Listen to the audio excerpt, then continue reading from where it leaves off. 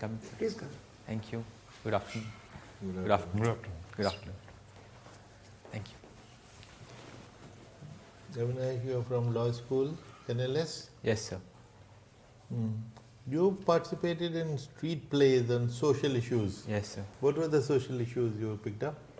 So, child marriage, domestic violence, abandonment of senior citizens. These are some of the issues. Can you visualize the street play on the hate speech that we see around us? Yes, these sir. days? Yes, sir. So what will be the approach to deal with it? For a street play, there should be a shock element. I think, and you must directly go to the issue. Therefore, there will be a leader who will be saying certain hate speech, but to get the audience's interest, it will be on the basis of something that they necessarily do not see as hate or something that has not been normalized. For example, hate speech for someone with brown eyes. And I think that will also imbibe a sense of questioning. Like if the person in the play starts ranting against people with brown eyes, and that how they should be murdered. And then sorry to interrupt you. Instead of brown eyes, which is a very vague thing, how about communal issues? Yes, sir. If you pick it up... Why not skull caps? Sir? Why not skull caps? Yes, sir. Yeah. Brown eyes is much too... But I think his point was that they want to use not directly but something else. Yeah. That is the whole idea. But in any case... As a shock value. Yeah, quite right. So I would like you to be down to earth and come to communalism. Yes. So because that is the major social issue, not the brown eye. So how will you deal with this? One way I can imagine is two close friends or one person going to the barber, belonging to different communities. Suddenly they see some communal violence happening outside. Now they're having a very common talk, and suddenly within them, who are known each other for such a long time, one person attacks the another and kills them. And then they realize the communal violence outside was just a shooting. And then this person realized that what did I do? And I think that is one small skit that can show that even a small incident can bring out such a hatred among normal. Do you think in the current scenario, if you do a street play against the communalism which is happening, you will get beaten up? So, I do not think so. Because street play or art as a medium, the emotion that it evokes among people is curiosity. I have done street plays on sensitive issues, and I do not think a sense of prejudice is what one evokes while doing a street play. And one has to be sensitive. Doing a street play in an old age home or an orphanage, we cannot evoke certain emotions that will make them emotional. I think while designing a street play, that is one thing that has to be taken into. No, what you say generally is very true, because you pick up an issue, you mentioned dowry or some orphan children or something. But communal issue is so alive and hot these days. Immediately somebody from the crowd will start shouting Jai Shri Ram, and he will outshout you, and then you'll run for cover. So, yes. In fact, you remember some very well-known name was murdered on the street, doing the street play. So, yes, that's a danger that exists. Therefore, actually, usually while doing a street play, you do approach the jurisdictional police and get their permission. Even if you're using loudspeakers, you need their written permission about the locations where we are doing it. Do you need permission for a street play from the police? Sir. Yes. Because you don't use loudspeaker in the street theatre anyway. Yes, so the megaphone sometimes is used to just call people.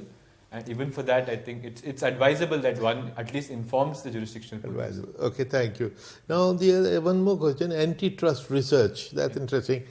Are you aware of a young lady in America who led this antitrust movement and has now been made commissioner, the chairperson of the Federal Trade Commission? So I'm not aware. She was after Amazon and Facebook and others. And Is this Elizabeth Warren? no, it is an Asian. I'm not aware. You haven't heard. Sir.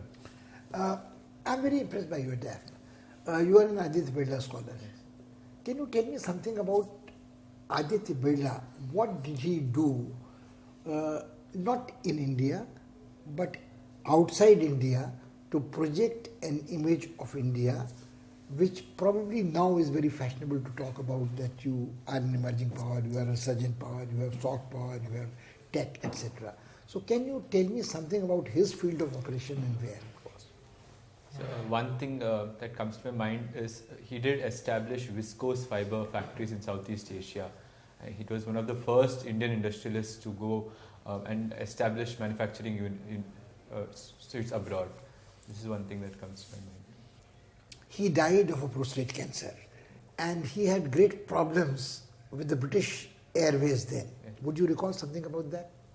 Same. Because that again has a very interesting thing, because in his authorized biography there is a very poignant chapter which says that he says, I gave up my gold card or whatever it is, that if all the amount of money and my access could not get me reasonable assistance for a full bladder and excruciating pain in a plane, it was not worth it. And there was a racist kind of an approach which British Airways had towards non-brown eyes, not blue eyes, no non-blonde hair people in the plane. You wouldn't remember that. All right. Would you remember something about the Birla clan? Let's move out of Aditya Birla. And you are a person who's talked in terms of competition, monopolies and so on. Would I be correct in suggesting provocatively that Birlas were one privileged industrial family who used their political clout and proximity with Mahatma Gandhi to win favors and expand their empire independent India monopolistically? It could be anything. It could be ambassador cars, it could be Gwalior rayons, it could be carbon black, it could be whatever. Would you agree to this? That I'm not isolating Birlas as such, but Birlas as such were mentioned by Nehru's son-in-law Firoz Gandhi in a parliamentary debate. So you could name other industrialists also and say that this was a tendency then.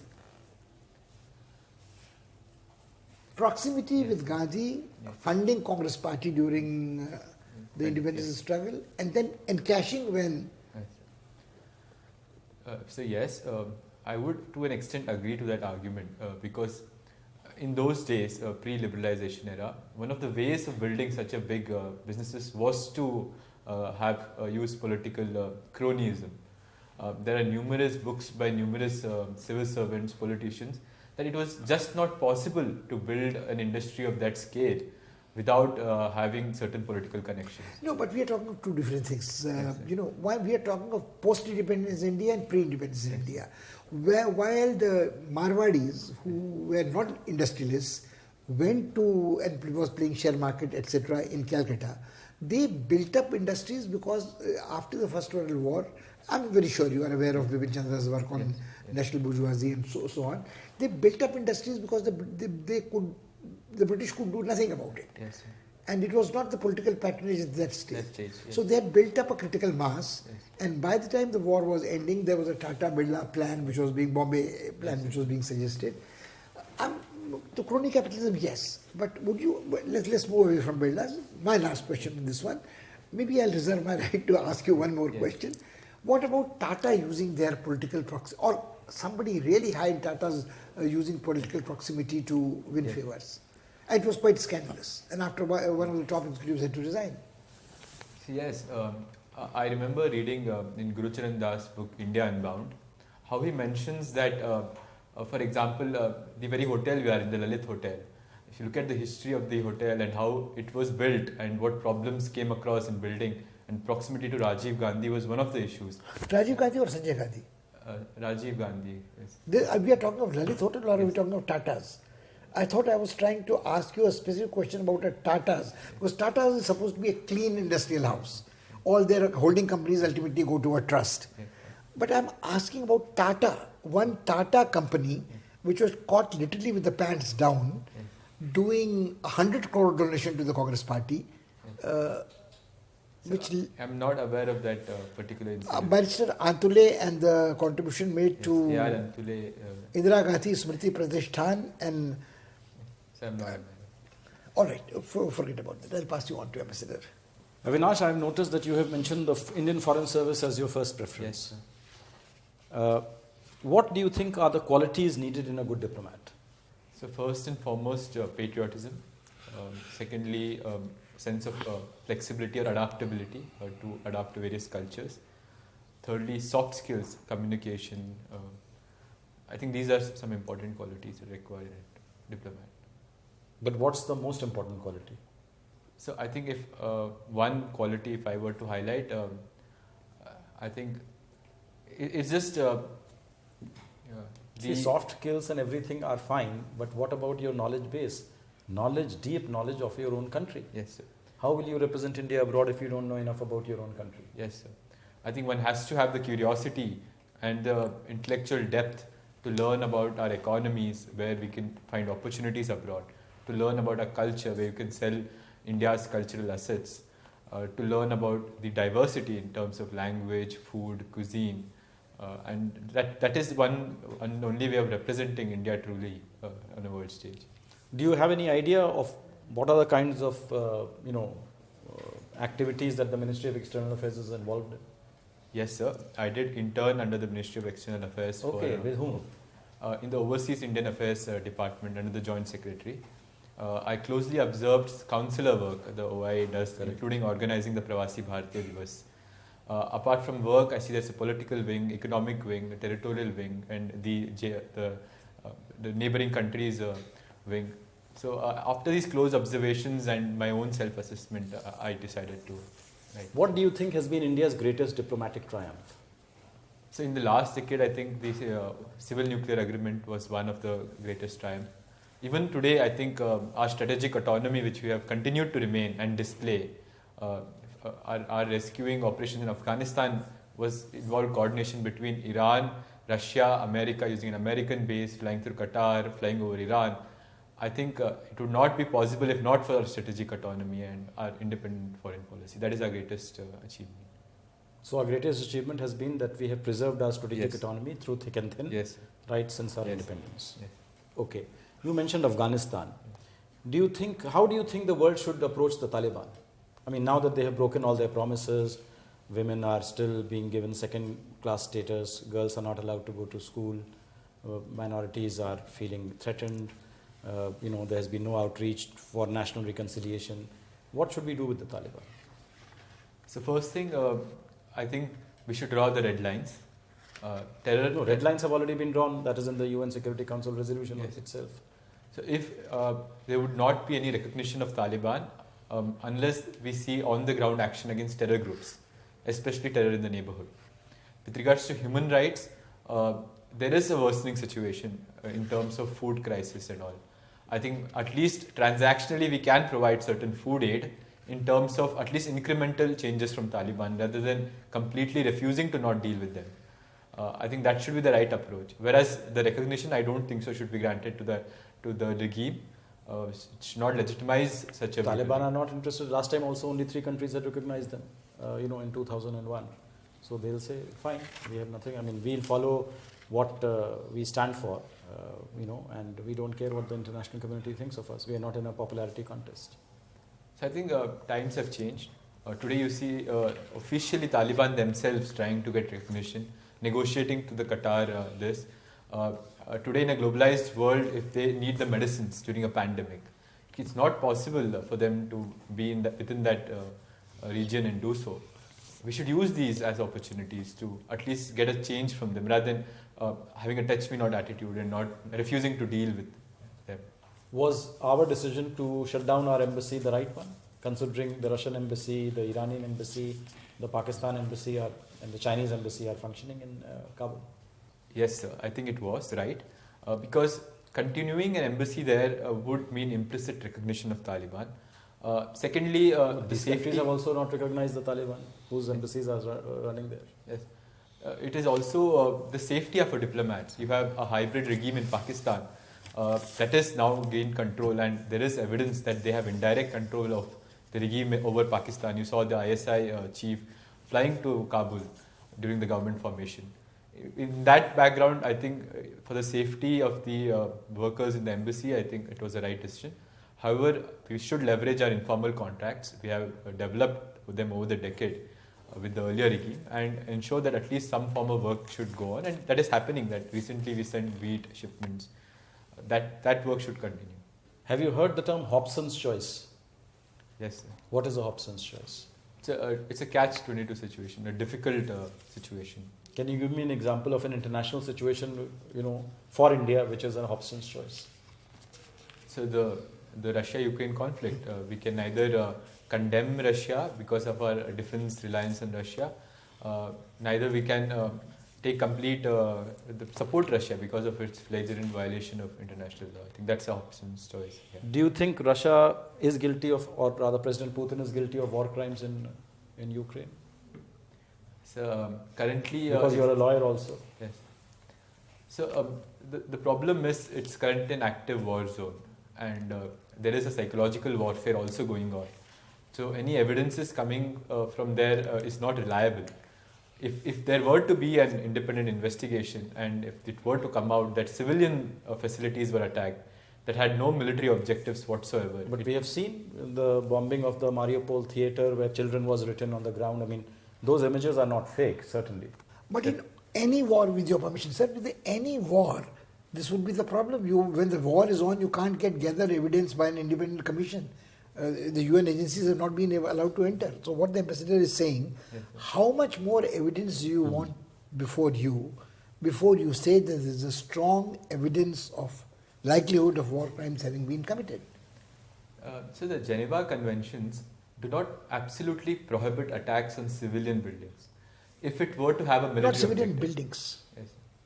Unarmed Civilians. civilians. Yes. Correct. If there were military objectives to that attack, for example, if you had an entire regiment stationed in a region, or they were using these civilians as human shield, to an extent laws of war permit the use of force. But they had to keep in mind... Laws of war permit use of force but not committal of crimes against humanity or war crimes. Yes. It would classify as a war crime if they would do it which had no military objectives whatsoever. But in a war, everything would be a legitimate military objective. I mean, but look at the situation of, I'm sorry, No, please. In Ukraine, quarter of the population has been rendered refugees. Families have been separated. Not only buildings have been destroyed, children have been found littered on the streets, mass graves have been in evidence, humanitarian corridors have been suddenly curtailed, and there have been precision attacks on non-military targets as well. So I don't know what more would you think that the laws of war allow?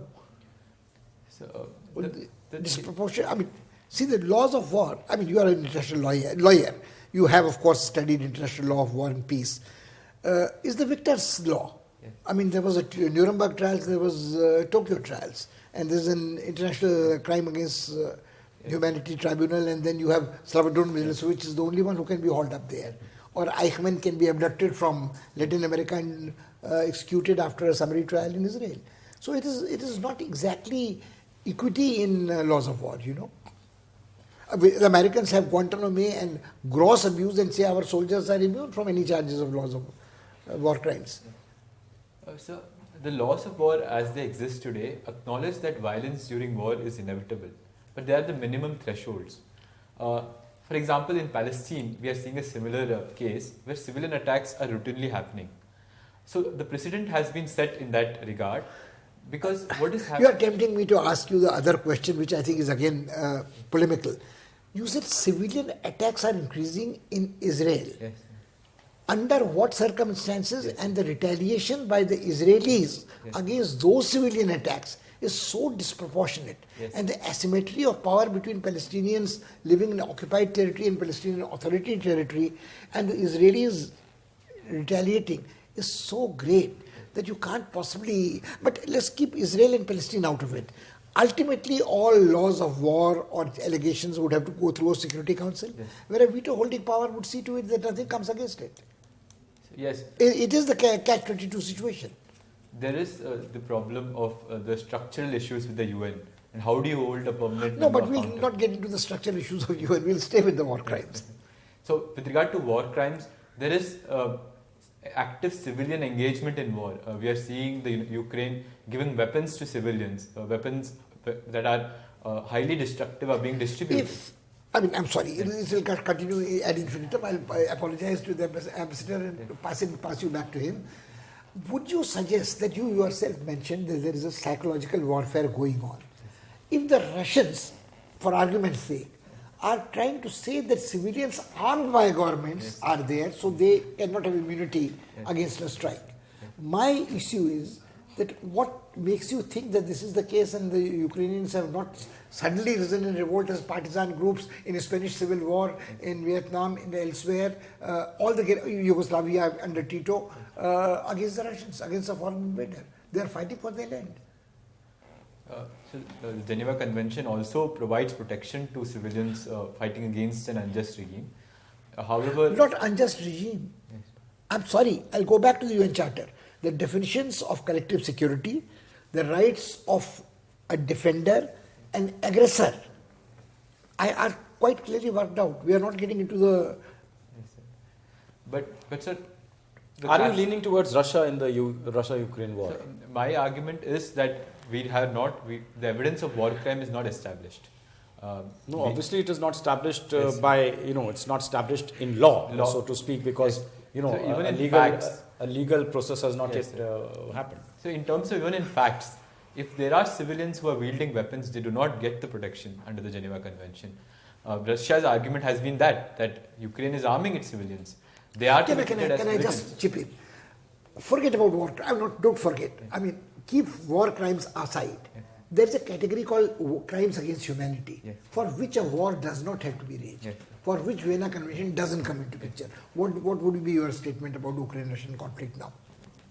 In terms of an ethical or a moral question, has there been a crime against humanity? Definitely yes. The war crimes, the photos coming, the Bucha killings, they would evoke emotions of horror among anyone with a sense of humanity. If it were a question But law is a very weak law. If all it evokes is a feeling of horror. I mean, I'll pass it back again to I him. think I'll pass you on now to Mr. Tripathi. Mr. Avinash, you are so deeply steeped in the matters law. Many of your activities will be also connected to that as well. What is the connection with your DAF and Section 89 of CPC? So, ADR, I have been a member of the ADR board. Section 89 allows the court to reference matters for Exactly. local adat, It does. mediation. What is the fundamental difference between some well-known ADR mechanisms, for example, arbitration and lok adalat? What is the fundamental difference? So arbitration, Mediation, for example. so, What is the difference between mediation and arbitration? so the decision of an arbitrator is binding on the parties, whereas the decision Hold on. Mediation is binding. arbitration, But what is binding? in the sense of it's The legally award enforceable. of the arbitrator is binding. Yes, sir, it's legally enforceable. But how does the award, where does the award emanates from? So there is the Arbitration and Conciliation Act. No, the act is there. Yes.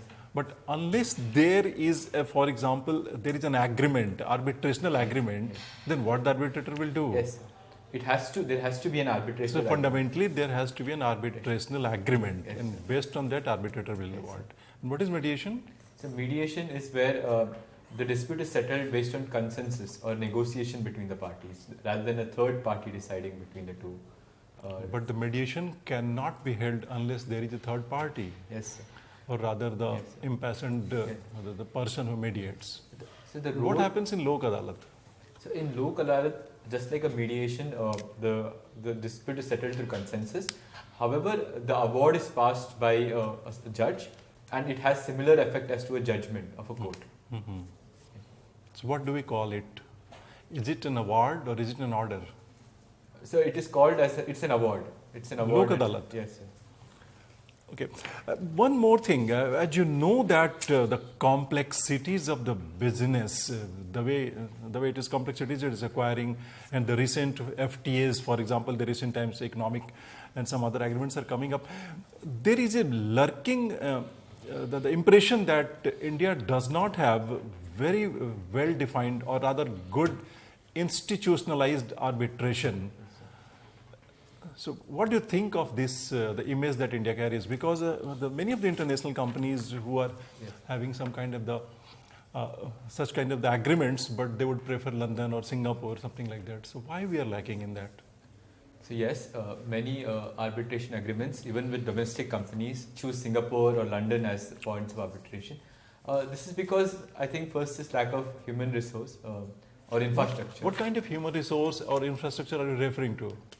So in terms of arbitration, it needs experts. A shipping arbitration usually reference to Rotterdam as venue of, because it has institutions, it has experts in the field who can be immediately called to sit on the board. Are you aware of any mechanism, institution building in our own country? Because it will not only bring a lot of respect, but also it will save a lot of money as well. Yes, the Mumbai International Arbitration Center is being established. Bangalore also has an International Arbitration Center. These centers are driven by respective high courts. We have seen high-level political involvement and a lot of money being poured. The gift city in Ahmedabad also wants to be a financial capital. Since this is your area of specialization as well, which is the latest amendment that we have got in this act? What was the amendment? Arbitration and Conciliation Act Amendment 2019 amendment. What is so special about it? 2019 amendment made certain changes. It created the Arbitration Council of India to promote arbitration. That's good. Thank you. Thank That will do. Institutionalized arbitration is one sore area that in many seminar matter keeps coming up. Why we are not doing well in that area? It's been fascinating talking to you. It's very interesting. I only think that your valiant defense of the Russian position, not Russian position, but your insistence, I should say, on irrefutable proof, the standard of proof of war crimes having been committed would render the whole concept useless to my mind. I think it grossly overlooks the plight of I have no love lost for Ukrainians for any reason. I'm one of those who believe there's a European war in which we really have got a Hobson's choice to make. But the point is that you can't gloss over what is happening there is a deja vu from Spanish Civil War to Vietnam to Afghanistan, and I'll leave it at that. So it's how you are, I'm sure, quite capable of talking your way out of trouble on this one. But at the moment, I don't think that you had a case which was defensible, shall we put it mildly. When is your interview? 24th May. Oh, no, you got plenty of time. By that time, either Ukraine would have fallen, completely destroyed, Putin vindicated, and the questions would move elsewhere. I'm very happy also that you opted for foreign service. There also, I don't know how Mr. Sarup feels. I think the first quality you mentioned was patriotism. Do you know people from Indian Foreign Service who on matters of conscience have resigned? Patriotism has not kept them bound to their desk. Not very many cases, but some, yes. One might not agree that all the time the reasons were only difference with government policy. But Jayantaruj Bandyopadhyay, the first professor of international relations in Jadavpur University, had resigned from foreign service way back in early 60s on matters of difference, on matters of conscientious difference with Government of India's policies. One of my former teachers, Manohar Lal Sodhi ji, had also resigned from foreign service early. There are other cases also. So I would suggest that patriotism, to my mind, is not the number one quality, which I would say. And that is something to be given for anybody. It's taken for granted. Government servants. It's not as if that IAS officers have to be more patriotic than IAS officers. And one definition of diplomacy is lying for state. Yes, sir. In the quotable quotes, Peter's quotes, quotations, it is Lies there. abroad. No, lying for state. Yeah. Sir. You are a smart man, no doubt. You know, when we are asking you a question or saying something to you, the way you nod all the time, if you see the video, you have to check it. Not just for an interview, for your life. So, when you are yourself is speaking, your nods are very minimal. But when you are hearing, then you are nodding all the time. So, besides that, there are two suggestions which we give to everybody. And you have 1 month, almost a month. You should focus on your DAF, read it carefully, and anticipate 100 or 120 questions which may arise out of it. Right? Once you have the question, you will surely look for the answer. Then for updating your news and current affairs, you have to be reading your newspapers very carefully, almost like a textbook. Which is the newspaper you read? Hindu. The So Hindu. please add in Indian Express immediately. And from these two papers, start writing a diary, 5 items every day, minimum 5 items a day. And of course, updating them regularly. So these are the two things we suggest to you. Do you have any question? So no, I think the issue covered it. I have one small suggestion. You are such a sort of perfect kind of a candidate. Why have you let your right collar of shirt come on your coat lapel, the other way around? You will see it. Yes. Throughout you entered, it was there. I mean, if you it can't be helped, use a bone. You use a fish bone for the collar, or have a button-down shirt, because this is taking away from a. The second suggestion I have is that why are you so serious? I would have said, why are you so bloody serious? Why can't you break into an occasional smile, be a little more relaxed? You have cracked it in the first go, you're likely to get it, although the die is slightly loaded against you, you are a general candidate. But you are a general candidate of a kind who can look after himself, and your first choice would see to it that your foreign service chances are very bright.